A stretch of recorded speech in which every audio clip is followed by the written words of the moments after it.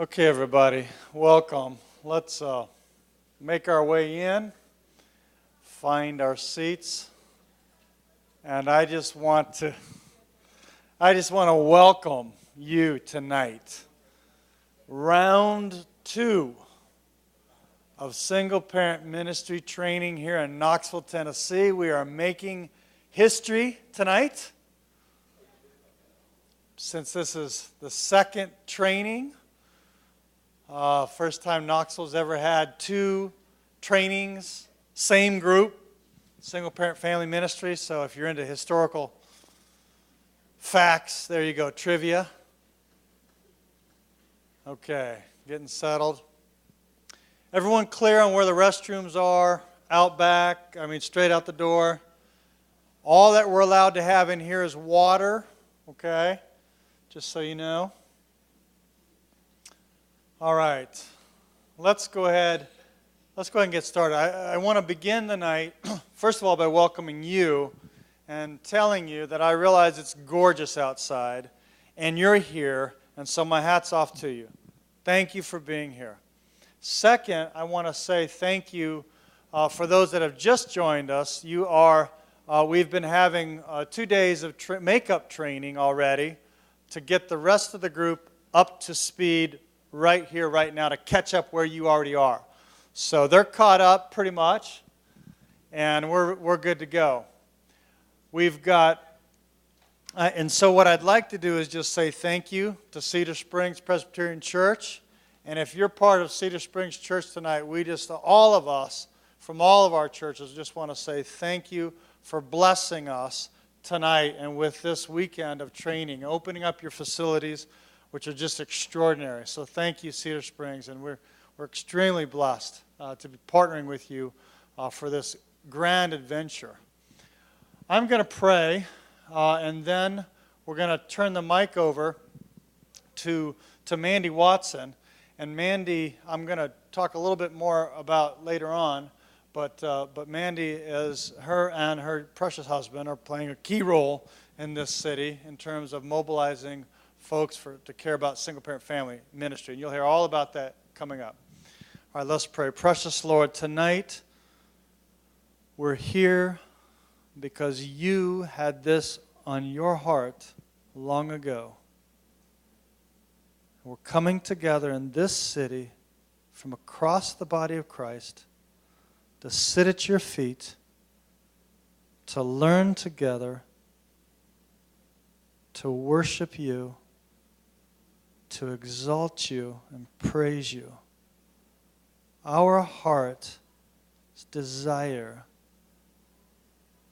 is your glory. Our heart's desire is to see you be the delight of this city. Our heart's desire is your purposes to be fulfilled here. Lord, we worship you tonight. We worship you tonight. Fill this place, Lord, with your beauty and your wonder, your majesty. We are in awe of you. You take our breath away. We bless you and praise you tonight. I pray for all the presenters. I pray for the panelists. I pray that what's said be clear. I pray for all day tomorrow, Lord.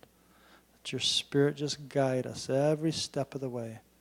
I particularly pray for these churches who are here tonight. Oh, Lord, encourage and strengthen, embolden each church that's here tonight. And we praise you for their presence. All this for your name's sake we pray, Lord. Amen. Okay. Okay. We are so excited, like Andy said, that you're here. We are going to jump right in because we know how valuable your time is, and we also know how valuable this information is because we've worked really hard to bring this to you tonight, and we are, again, just thrilled and thankful that you're here. I'm going to ask our panel members to come on up and line the chairs. The people that are coming up are, let me just start by saying this is probably we are starting with the best part of the night here. So don't leave after this. But this is what we believe is going to be probably some of the best information that you will hear tonight, because these are firsthand accounts of people who have been mentors or mentees and are here to share their vast amount of wisdom tonight. I think, guys, we're going to have to pass the mic. If you just want to take it off. Because we're recording this, we're going to share mics. And here's hoping that I don't drop this one when I try to move. So anyway, we're going to get started. This group of people, again, have been mentors or mentees, and we're just going to hear from them. I'm going to ask them some questions, and we encourage you to glean as much as you can from their experience. So first, if everyone will just go down the line and introduce yourself, whether you are a mentor or a mentee, and then if you'll also share the circumstances under which you became a mentor or mentee. Was it a formal relationship, or was it something that just happened organically? So, my name's Greg Atkins. This is my wife, Jessica. We're kind of a team, so we won't both answer every question together. We became mentors completely accidentally. We became mentors because I asked the question, "How are you doing?" And someone actually answered honestly, and just unloaded all of this intense crisis situation that was happening in her life. And it was one of those situations where you had to do something about it. It was just laid out there, and so on and on and on it went. And that's kind of how that began, how we got started being mentors. My name is Lydia Keegan, and I was a mom in the Restoration House. I was a mentee, so I was pretty much laid at the feet of Daniel and Mandy and said, "I need help." So I didn't know where to go, what to do, and I was all ears at that moment. My name is Pat Harris, and I am a mentor with the Restoration House, and I've been assisting in their program for 2 years now. And I came upon learning about the Restoration House by looking for some community service to do. And I stumbled upon them, and he asked me to become a mentor several times. And I kept saying, "No, I'm not ready." But I just feel like the Spirit of the Lord laid it on my heart that this is something that he wanted me to be involved in. So I just listened to that calling and became a mentor, and I've been there 2 years now. And Pat is actually working with her second family, so she loves us so much she's jumping in with another one now. But I'm Daniel Watson, and I was mentored as a youth, and not through a formal program, but didn't grow up in church and didn't really have a lot of support in our family or in the community at large. And there was a particular family that just took an interest in me and really changed the course of my life. And we're still very involved even now. They were down for a couple of days this summer, so I'm looking forward to sharing a little bit more about kind of that experience. okay, why don't you keep the mic and you can answer the next question. We're going to, one of the big points that we are going to be making tonight is that mentoring is a journey, that it's a relationship journey, that it's two people or a group of people walking together. So, Daniel, how would you characterize a mentoring relationship as a journey, as something that is people walking together? Yeah. Well, when I met the McAllisters, which is the family that came alongside of me, I met them because I started dating the daughter. And so I'll tell you, when I started dating Evie, I would have never imagined that I would have a lifelong relationship with this family. Our relationship didn't last long in terms of dating, and we broke up after a couple months, but the parents still had a great interest in me. And since that time, it changed from having dated the daughter to becoming friends with the son to actually living with them for 4 years during my high school and college years. And then the dad actually was one of the ministers in my wedding who performed our wedding. And so, in terms of the journey of it, I could have never scripted that and would have never imagined that's where God would have taken it. And I don't think they would have either. I don't think when they met this little punk kid with, believe it or not, long hair at that time and earrings and Jinko pants and purple hair and all this kind of stuff, that they would ever thought, hey, this is a kid who's going to end up living with us for 4 years and end up being one of our best friends for life. I just don't think it works out like that. So. Well, with any relationship journey, there are plenty of highs and lows. Can any of you can answer, how would you share, what are some of the highs and lows that you would say you've encountered in a mentoring relationship, Pat? Okay, being a mentor, I went into this thinking that I'm just going to go in and fix their life. You know, I'm a good person. I have good ideas about things. And here's a person that is just broke, and I'm going to fix it. Well, you go into it and you realize that they are human just like you are, and we are all broken. And you ended up being, I ended up being a friend and going through things with them. And it was like we was fixing one another. You know, it was things that I may be strong, areas that I'm strong in, then they were, you know, almost like mentoring me. And then in return, you know, things that they were weak in, I found myself mentoring them. So it just became like a joint effort and just a great friendship. Okay. We're going to kind of get specific to each one of your situations now, and Greg and Jess, I want to start with y'all. You ready? There was a time in you guys' mentoring relationship when you came across some things and situations that you knew your family was not equipped to handle, some situations that were bigger than what you guys had dealt with before. Can you tell just a little bit what brought you to that decision, and how did that decision play out? To the decision that we knew we couldn't handle. Yeah, some of that and stuff? how did you handle that? How did you proceed? Sure. Our situation with the girl that we've worked with and been working with has been more complicated than I could tell you about tonight and tomorrow. Unbelievably complicated and complex and scary and sad and frightening, and just every kind of drama you can possibly imagine we've dealt with. It's been hard. And there have been multiple times where we've just thought, what she is dealing with right now, I have no idea how to handle. As far as how to handle that, the best thing for us has just been to admit that we don't know things, and to know what we don't know, and to not be afraid to ask for help. Mentoring is not something I think that you can do by yourself, and not something that you can think of as something that, you know, any one person is not going to be able to handle that. It takes a community of people. It takes others. So we've been fortunate to have a lot of other people we could reach out to, a church body that we've been connected with that's helped along the way to get the help that she needs. There's always someone who can speak into the situation, who has knowledge, who maybe has been there before, has experienced it, whatever the specific area of need is. And we just have to be okay to not know what we don't know. Very good. And Jess, you can answer this one, because I know this is a good question for you to answer.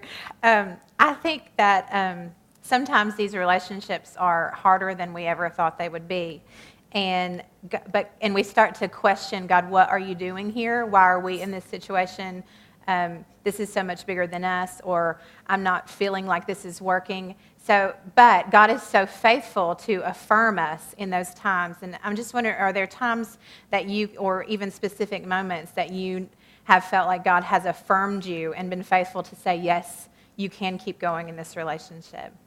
I think the unique thing about the woman that we've become friends with is that Greg approached her at our church because we have a daughter who's adopted who is Asian, and so it was like an Asian family in our church, and so we just have such a connection, and we just love Asian culture so much. And so he approached her, and so we've been able to share a lot of things. And there's just been moments that, like, she was from a very abusive marriage, and she wasn't allowed to celebrate American holidays. And so they came over for Thanksgiving, and it was her first American Holiday at my home, and just the look on her face and her mother's face and her daughter's face to be able to share that. It was just like this, it was such a reaffirming moment. And things like 4th of July, I mean, they came to my parents' house on the 4th of July, and we all shared Chinese tea in like 90-degree weather. But it was just that moment of sharing where we, had that connection, or they were able to connect with us and we were able to share something with them. Just those moments, because there's been a lot of hard moments. There's been times where it's been draining, and we have dealt with a range of extremely scary things, very scary things. And she has a small daughter, and her daughter reminds me so much of my daughter, and they're a couple years apart in age. But just to see that connection that Claire has developed with her, my daughter's been able to develop with her daughter, is just very obvious they were meant to be a part of our lives. Very good. Thank you. Lydia, it's your turn. I know from our experience with you as a participating family at the Restoration House that anytime a new family comes into our program and we say, okay, now here's a group of mentors that are going to walk alongside you, that there's this moment where it's like, what? And it's so overwhelming. And I think for any mentor and mentee, there are those moments where it feels like, okay, how do we break down the walls? How do we get to a place where authentic relationship really is happening? And that it can be a little bit intimidating. Can you share with the group here as a mentee how hard or what it was like to try to let your guard down and kind of let people in for the first time? Yes, it was actually really hard because my background is I've always been kind of a go-getter. Like, I've always known what to do and figured out what to do. At this point in my life, having Madeline, I did not know what to do.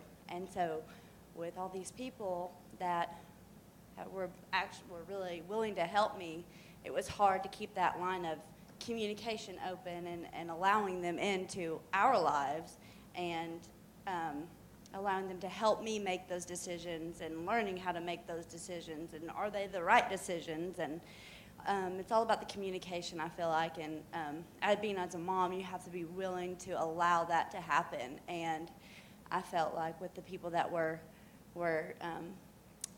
wanting to help me, that was definitely able to happen. So it was hard at times, but it was very rewarding and more than most. So.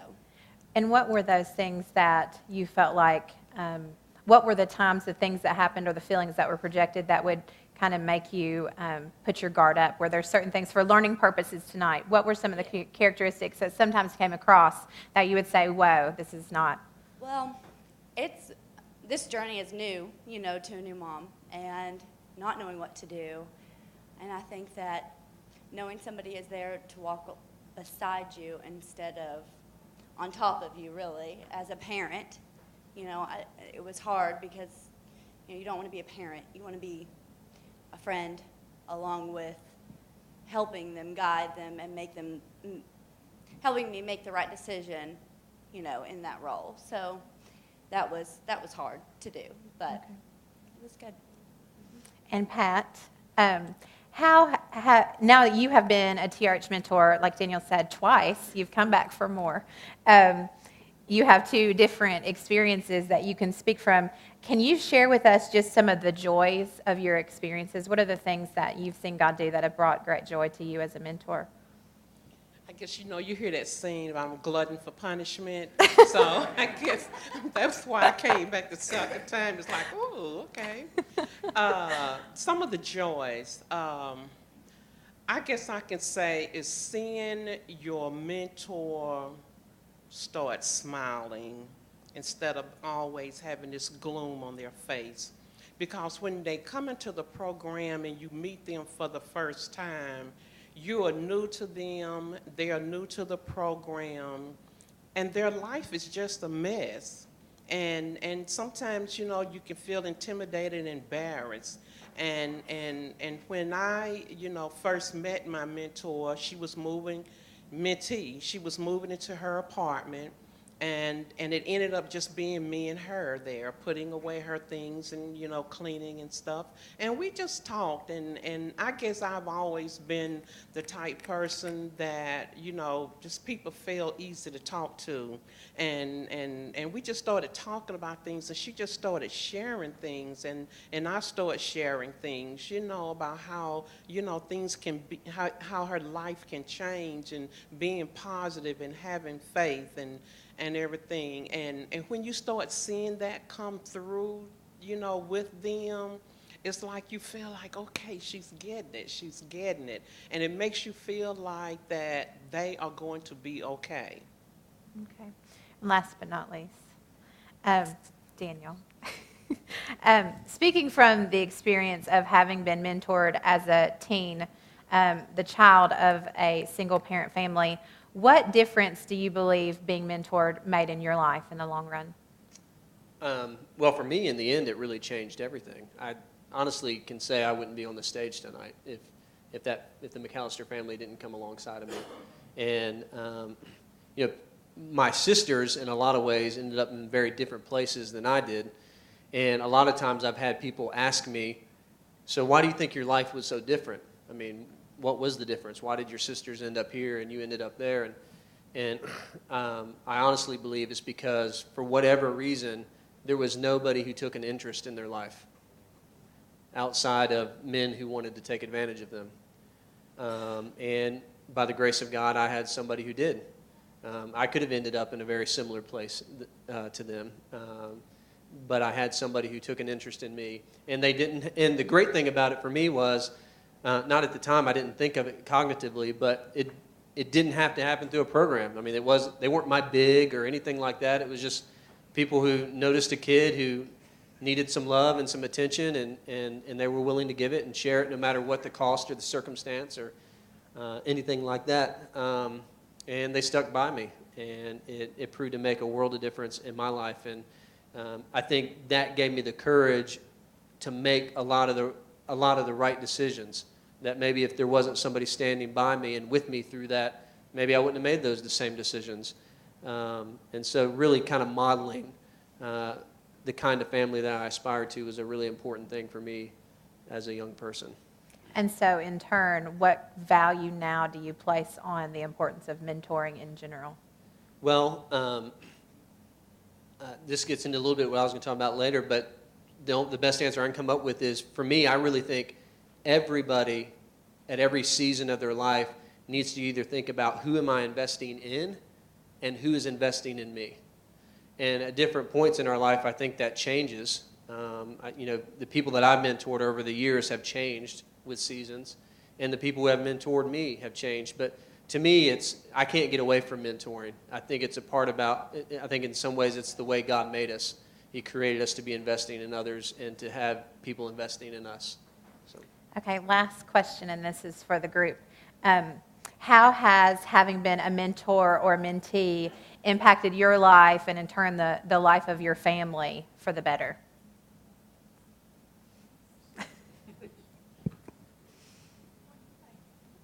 I was thinking I'd get to go last. I could really think about it, you know. Well, you know, we went into it accidentally, so it wasn't something that we ever sat down and said, oh, we're now beginning a mentoring relationship. It actually wasn't until you asked us to come be on this panel, I was like, oh, I guess we kind of are doing that. But it wasn't intentional at all. It just feels like being friends. It just feels like a really high maintenance friend, but that's okay. Everybody's has high maintenance friends, and that's really all that it feels like. Where we are in our life right now with this person, we do much more for them probably than they're able to do for us, but that's okay. It's been incredibly rewarding just to get to know them. Like my wife said, they're Chinese. Her mother doesn't speak a word of English at all. To be able to develop a way to communicate with her has been amazing. To see the child who only spoke Chinese is starting to learn English, and to get to see her just blossom as much as she's changed as the years have gone on. She's grown so much. So there's just a lot of just personal milestones that are good, as they would be in any personal relationship. So I think with a mentoring relationship, it's going to start out feeling official, and it's going to start off feeling like there's this distance, but ideally at the end of it, it's going to just feel like friends. And that's a two-way street. You get a lot out of that, and you put to it. So. Okay. Lydia? And to be honest, I'll add something to that. If I didn't have the mentors that I did, or the mentors like you guys, I wouldn't be here right now. So it's a huge deal of the success that comes from being a mentor. It really does. It's awesome. And being a mentor to me, it was very draining, and it still gets to be very draining. Sometimes I go through situations with my mentee, and I walk away, it's like, oh Lord, I just don't know how much more of this I can take. But, I go home and I kind of share some things with my husband, and I always tell him he's my minister. And I can go home and I can say, I am so drained, I am whipped. And he'll say, well, what's going on? And I kind of share a little bit. And he can just say the words or just quote a scripture that just revives me. And I carry that back to my mentor, my mentee, the next time we meet. And sometimes he gives me advice that I use to lift her up. He don't realize he's lifting me up too. So yeah, you do have some lows, but I think that's what make it be so rewarding in the end when you see, someone that is important to you and that they make you feel like you're just as important to them. Okay, we want to say thank you to these ladies and gentlemen, and we appreciate truly the wealth of knowledge, and we want to continue to lift them up in prayer in their mentoring relationships. So thanks, guys.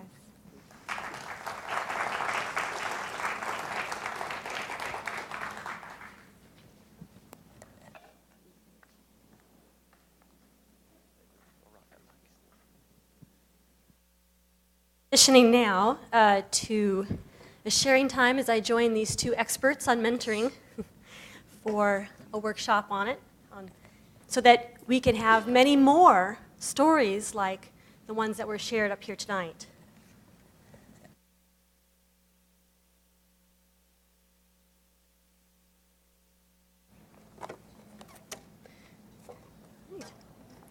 So as you see, the note here says if you would if everybody has a mentoring input form, we're really big on collecting feedback and hearing from people, so we value your input, and so that's why we've asked to share your ideas with us. So at the end of tonight, we hope that if you have any feedback or ideas that you want to share with us, that you'll complete that half-sheet form and turn it in at the back.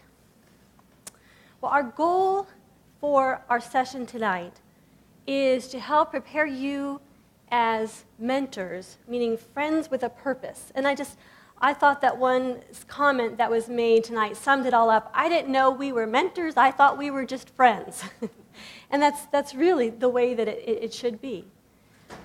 To walk alongside single parents and or their children for mutual enjoyment and transformation. Why does it say enjoyment? Isn't this about helping people who have problems? We put the word enjoyment in there to emphasize that a friendship has to be more than about, just as Pat said, fixing people. It's also about just enjoying the relationship, seeing the value in people and bringing out the best in them. We chose to begin this training with talking about mentoring and really focusing on this one particular kind of service, because mentoring is so foundational to any other kind of single-parent ministry. And so whether, as was pointed out, whether it's a formal program or whether it's just somebody that God has brought across your path, or whether it's the byproduct of another ministry, that the skills and values and goals of mentoring will be a valuable asset to any single-parent family ministry. So what we're going to do tonight, just our roadmap for our conversation, and we're going to be sharing this dialogue, just a brief introduction to mentoring, kind of give you a broad definition of mentoring, and then bring it down to what it means for single-parent families. We're going to talk about what friendship mentors do, what they don't do, and some skills of how to be an effective mentor, and then some kind of step-by-step of how to move into a mentoring relationship. And so our hope is that everybody who leaves tonight feels a little bit more equipped to reach out to maybe that person, that individual that God has brought in your path or laid in your heart to initiate or continue a mentoring relationship with them, and then also to consider bringing these skills and vision to your church, to your ministry, to implement a broader mentoring ministry. So we're going to start out with an exercise, and I think all of you will have received 2 cards. So as a warm-up, take one of the cards, and I want you to identify the people who have served as mentors in your life. It could be a friend. As in Daniel's case, it could be like my mentor was my mother. So all the people since your childhood who have helped you to succeed by being a role model, teaching you skills, helping you solve a problem, giving you information when you needed it, or just being there for you when you went through a difficult time, affirming you, supporting you, holding you accountable. All right, and you've got 90 seconds to write down on your card as many names as you can of people in your life since birth on. Ready, set, go. Okay. Now, is there anybody who didn't have any names on your list? We all have had people in our lives who play that role for you. And guess what? I am not going to give out prizes for the people who had the most names on your list. Because the reality is that all of us need mentors, and all of us, in order to function effectively, have had some kind of mentoring, but some people have been gifted and blessed with more mentors than others. And so, again, this is where the church comes in. So we're going to take over now, Mandy, and if you want to turn in your books to page 1, and we will pick up with the definition of mentoring. And we thank you ahead of time for your patience, as we all have our own method of doing things up here. So as we all kind of get settled. And like Heidi said, you can kind of follow along in your handout. We will not go word for word because you are readers. And so we want to keep you awake in here tonight. So this resource, this manual is amazing that Heidi has put together, and we encourage you after tonight to go back and kind of look through the things that maybe we didn't get a chance to talk through at every moment. But as we go into Mentoring 101, what is our definition for tonight's purposes? And you can see there, mentoring is a relational, mutually enriching experience through which the mentor helps empower a mentee by sharing personal resources. And you will likely, like you heard us say up here with the panel, that, and you'll hear it hopefully a lot this weekend, so that you'll really, this will really begin to be part of how you think of mentoring, that mentoring is a journey, that mentoring is being the church together. A few things. What is mentoring? Mentoring is relational. Relationships require trust, time, communication, a degree of compatibility. At our church, I go to Crossings downtown in Market Square, and every Sunday we do this thing that we call the scooch, which is a very official name for asking people to scoot in together so that there's room on the aisles for anyone who comes in. And we also, during that time, we usually, make an announcement or talk to someone and encourage people to talk to each other. It's getting people to uncross their arms. And initially, that relationship, that mentoring relationship, you can easily come in to a relationship with your arms crossed. The body language says not yet. And with mentoring, we want to teach someone and to come in, and you heard from Lydia, we want to uncross our arms and be relational with each other. Mentoring is mutually enriching. It works both ways. It's a two-way relationship.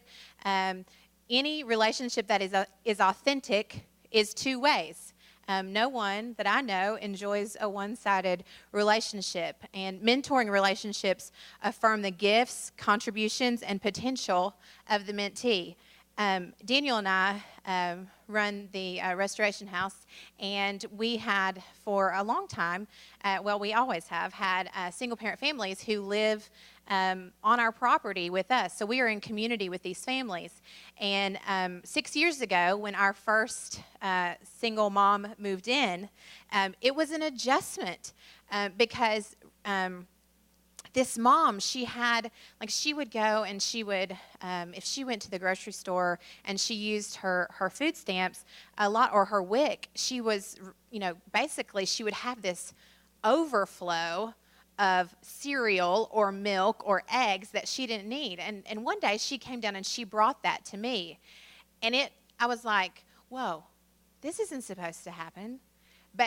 And it took me a while to adjust to her every month wanting to bring me, the mentor, milk and eggs and whatever else surplus that she had. But that affirmed her. And it was mutually enriching for both of us to be able to give and receive in that way. That's happened, and that continues to happen with the families who live on our property. Almost every one of them, in some way or another, has given back to my family, and we enrich each other's lives in different ways. Mentoring is empowering. Look quickly, just for a moment, at the definition of empowerment. The restoration to individuals of a sense of their own value and strength and their own capacity to handle life's problems. You heard Pat say, I went into this relationship thinking I was going to take her on and I was going to solve all her problems, and she was broke and I wanted to fix her. And that's not what empowering does. Empowering says we both are journeying together, we both are broken, and we can empower each other, lift each other up. You can, I can, and together we can. There was a single mother family who lived at the Restoration House for a while, and she, every time that I would often be her, when she came to us, she did not have her driver's license. And so often I was kind of her taxi to the different places she needed to go. And she often just approached big situations like finding a job with a very defeatist attitude. And one day I took her out and we were job hunting, and I kind of dialogued with her before she went inside of a place as to maybe here's some things that might help, as you go inside here. Why don't you try talking about, the good things about you and what you would like to do if you work there and that kind of thing. And she came out with the job. And she got in the van and she said, every time I'm with you, really good things happen. And it wasn't because she was with me, but it was because she had the physical need being met of needing a car to get places, and she was empowered to be able to get to where she needed to be. And two, she had someone encouraging her, empowering her, telling her what she could do and helping her think through the situation as to how to achieve her goals. I didn't go into that place of work and say, she needs a job and here's all the great reasons about her. Instead, I talked through some things with her just to help her get on the right page, and that empowered her. What is mentoring? Mentoring shares personal resources. They are not, okay, and if you want to get Daniel Watson preaching, then let him talk to you about how mentees do not need your money. They do not need you to give them handouts. It is your personal giving of yourself, your time, your energy, your heart. When one of our moms lived upstairs, she had postpartum, and she was a first-time mom, and they lived right above us. And whenever I could hear the stomping or the yelling, I knew that it was my turn to go upstairs and take over with that new baby that had colic.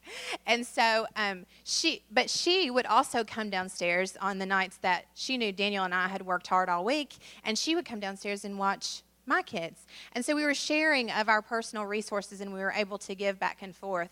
If you look on the handout, it says a good mentor is a resource broker. She or he shows mentees how to access services and resources they need rather than always being the one to provide them. Think about, and you just made a list of all the people it takes to help make your life work. the list of people who help make Daniel and I's life work could wrap around this building 20 times. None of us can do this on our own. And, you know, you are a powerful source of resources for your mentee and for others. And the way I look at it is sometimes we deprive other people of the ability to give or to be a resource when we try to be the only one.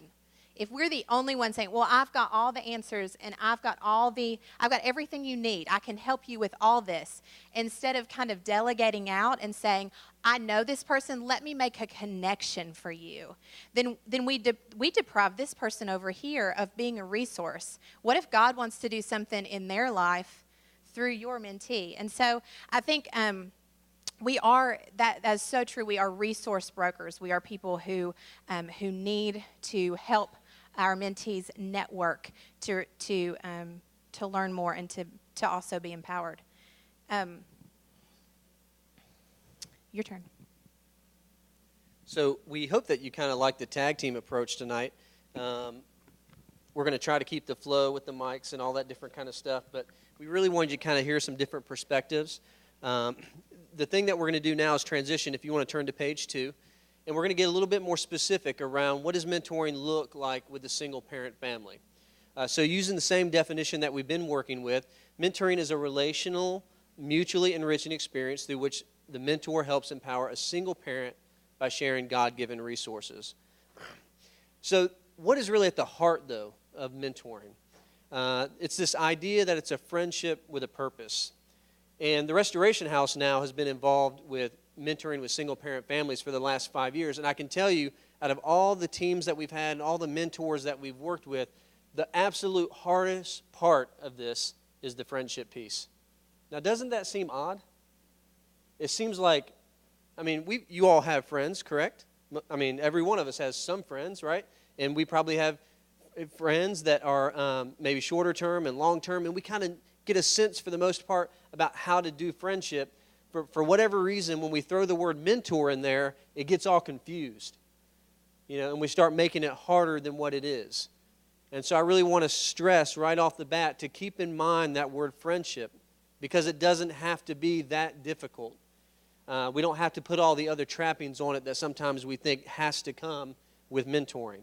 And it gets into a lot of what the panel was talking about not fixing and things like that. It's really about the relationship at its core. And so what is that purpose when you bring in the friendship piece? It's really to help support, guide, and walk with the mentee as you both grow into God's good intent for your lives. And again, I want to emphasize, and we've talked about a little bit already, this idea of both, that it really has to be mutually benefiting. In some of the training that I've done in other places, we intentionally put up a definition that leaves out mutually benefiting. And we ask the group, so what's missing in this definition? And it takes a little while, but we usually get to the point where the group acknowledges, hey, this is a one-way relationship that we're describing. And that's not what mentoring should be. It's not what it was ever intended to be. It was never intended to be a one-way relationship. It's really about both growing in God's good intent together. One of the things I love about the work that we do at the Restoration House and what you all do through mentoring others is that God created us to all live in the context of community. If you think back to Genesis, God says, let us create man in our image. And the word our there is really interesting because it's like you can think, man, did God make a mistake? Why is he making this plural here? But what God is teaching us is that he exists in the Father, the Son, and the Holy Spirit. And so in his very nature, he is communal. Well, if we're created in his image, then we're to be a communal people, right? So what that means is we cannot do life well by ourselves.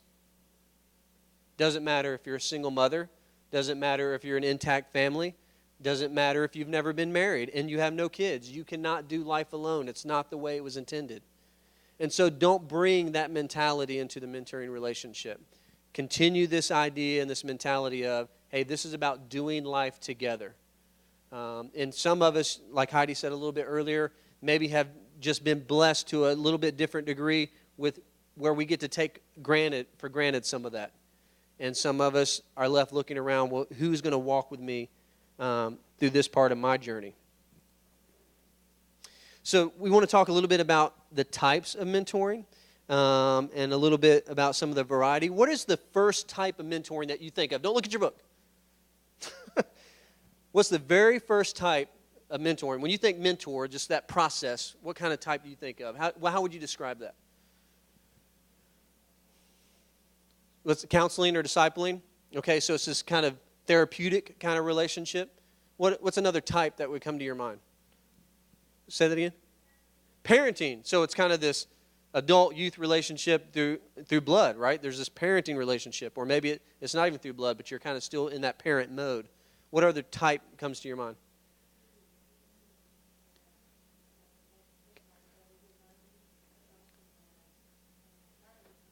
Yeah, so it's an intentional kind of educational thing. I'm learning a skill or a knowledge base or something from another individual, okay? The interesting thing is all those have a variety, but they're also all similar in that everything you just described is also one-to-one, right? Well, there's also, and I think that's probably what we most often think of because we know really well of programs like Big Brother, Big Sister, and things like that, which is a one-to-one process. The reality of it is, if you look in page 3, there's all kinds of types of mentoring. And so don't put this idea of mentoring into a box. And different types of mentoring are really meant for different reasons. They're meant, the bottom line is that one size really does not fit all.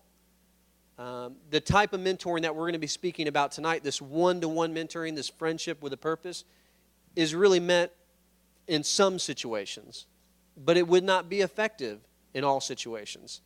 And so you need to consider that as a church, especially as you're thinking about bringing mentoring into your single-parent family ministry and how that's going to work and how that's going to look. You need to be thinking about the situations of the families that you're going to be working with and the demographics and all those different kinds, and to consider the approach that you're going to use.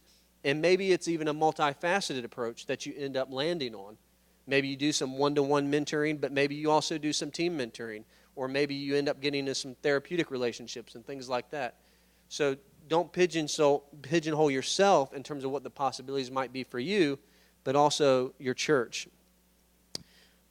There's also, when you get into page 3 of the handout, there's some ways about how to structure those different relationships. So here's a question for us all. Who needs a mentor? Who needs guidance, support, friendship, concrete help to navigate life successfully? Everybody, right? It's really, we all do. It's one of the things that I absolutely love about what we do. And I already touched on this a little bit, but it's this idea that, you know what? I am a broken person. And I can't do life on my own. And I need other people to come around. Mandy just said a few minutes ago that, if you think of the list of if we think of the list of people who come around our life and make it work, it would wrap around the building several times. And we all need that. And so I think often the mentor can see that part of that. I think sometimes it's harder for the mentee to see that. I think sometimes the mentee sees it more as a deficit relationship. I think sometimes they struggle with this idea of, hey, I'm broken, so that's why this person's in my life. Do you see what I'm saying? And so I think the onus is on us as potential mentors in these relationships to say, hey, I'm going to do everything I can so they don't feel that way about this relationship. Which means you have to work really hard to make it really about them and being willing to put yourself in the mode of learner and not just teacher. And sometimes that's a difficult thing to do, especially given some of our life experiences where maybe we've not lived through some of the same pain that maybe our mentee has. It's really hard sometimes to put ourselves in that learner role. But by doing that and doing that on a consistent basis, that's in a way to empower them to sometimes be the teacher.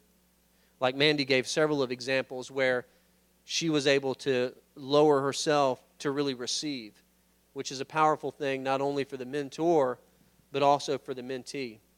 one of the most beautiful things I've seen in mentor-mentee relationships is, actually Greg mentioned it, he said, you know, in the beginning it's kind of a false relationship because it's kind of matched. If it's through a program, it's kind of matched, and it doesn't feel as authentic. But when it gets down to this really authentic, beautiful, kind of deep, messy kind of thing, you know, what the things that start happening in that space are really beautiful. And I've loved it when I've seen like mentees pick up on the fact that their mentor is sick, and they're like, hey, I'm going to bring them some dinner because like they're not doing well.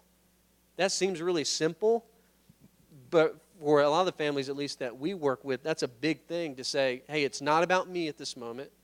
And it's also a big thing for that mentor to say, you know what, I'm not going to talk them out of it. I'm not going to say, oh, no, I don't need it. I'm good. I got 50 people at my church that are going to hook me up.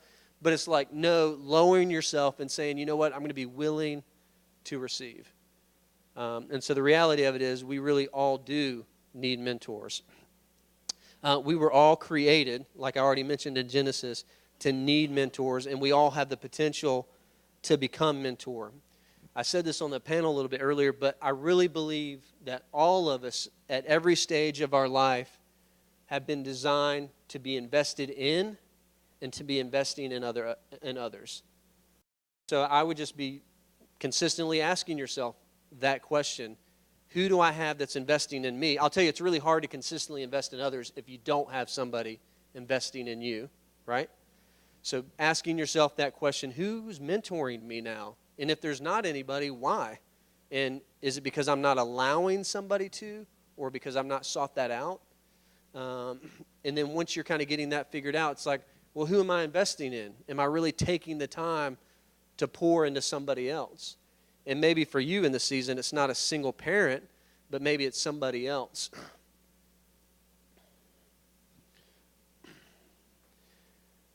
Some of us have been blessed with networks of people who mentored us and who need it.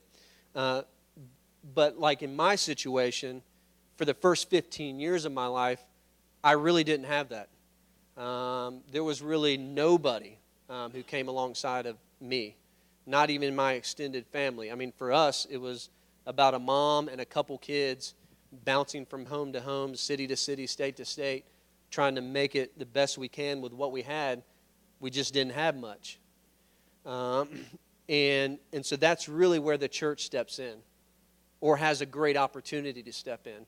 And that's what happened for me. I mean, the family who came alongside of me were representatives of the church. They were ambassadors of Christ. And it forever changed the course of my life. And so what I love about what we're doing this weekend and what we started back in February and are going to be continuing in September is you guys represent the church. And not just your church, but the church of Knoxville and the greater church. And I'll tell you, life never gets as exciting as when we're willing to get messy. And relationships are messy. Don't take this the wrong way at all. But if you want to do something relatively easy in ministry, go deliver food to the homeless or something. I know that's important, and we should continue to do it. But if you want the adventure of what ministry can be, get into the relationship. And it's not always going to be fun, and it's not always going to be easy, but we have a great opportunity as the church. So we want to talk about this mentoring when it comes to the one-on-one relationship, not only with the single parent, but also with the child. I'm going to read a quote out of page 4, where it says, "Men and women are perpetually learning creatures. They need the help of someone to guide them through life and to help them make wise decisions. Moreover, as these men and women grow older, they also have the chance to be a guide for someone who is younger and less experienced than they think." We were going to jump to an exercise, but we're going to skip over that just for the sake of time and take you back to the goal. And then Mandy's going to come up. Again, the goal for tonight is about developing a friendship with a purpose with a single parent to support, guide, and walk the parent as you both grow into God's good intent for your lives. Okay. Yeah, here. We dance together. Look alive, y'all. You can do it. It's Friday night. I know you're just kind of starting to slump. No, this next little bit, Daniel and I began the Restoration House of East Tennessee, and part of what we do is team mentoring. And so we just wanted to take just a moment to say this workshop is covering one-to-one mentoring, but team mentoring is a thing. And so we want to tell you just a little bit about it, and also say that team mentoring does require additional training because it's a little bit more complicated because you're involving a few more people. The good news is that if you get into a situation where you say, you know, this one-to-one mentoring, this is bigger than what I thought, and that's kind of what happened with Greg and Jessica and their mentee is they got into this and were like, holy cow, this is way more complicated than what we were prepared to handle organically. They looked to us, and lucky for them, they're close friends of ours, and they were able to say, help, you know. And so the Restoration House, we were able to step in a more formal manner and help out and advocate for them on their behalf. So do you want to just give just a quick, spiel on team mentoring? Yeah, I can do that. And also you can reference page 14 in your handbook, and it kind of gives a little bit of description about how the Restoration House might be able to work with your church. The reality of it is, if you look through all those reasons about why to use different types of mentoring, there are some families that one-to-one mentoring probably is not the best approach. And so if you're running into that situation, you might consider an approach like team mentoring. And basically what team mentoring does is we bring 6 to 12 mentors around a single family. And the reason we do that is because we're trying to build this broad base of support around that family, where maybe some of their felt needs are a little more intense. Maybe some of the trauma that they're bringing into the relationship is a little more deep. And so, in those situations, if you're bringing just one mentor in, you can get to the burnout stage pretty quickly. And so, by using a team, you end up leaning on one another, and then also we build a diverse team in terms of place in life. So you really get this broad base of experience coming around the family, where the mom and each kid in that mentee family is going to be connecting to each mentor in very different ways because of their places in life. And so it ends up becoming this really beautiful kind of thing that looks a lot like the church. And so that's a thing to consider. There's additional training that would need to be done if that's an approach that you want to take. But that's something the Restoration House can help with. Thanks.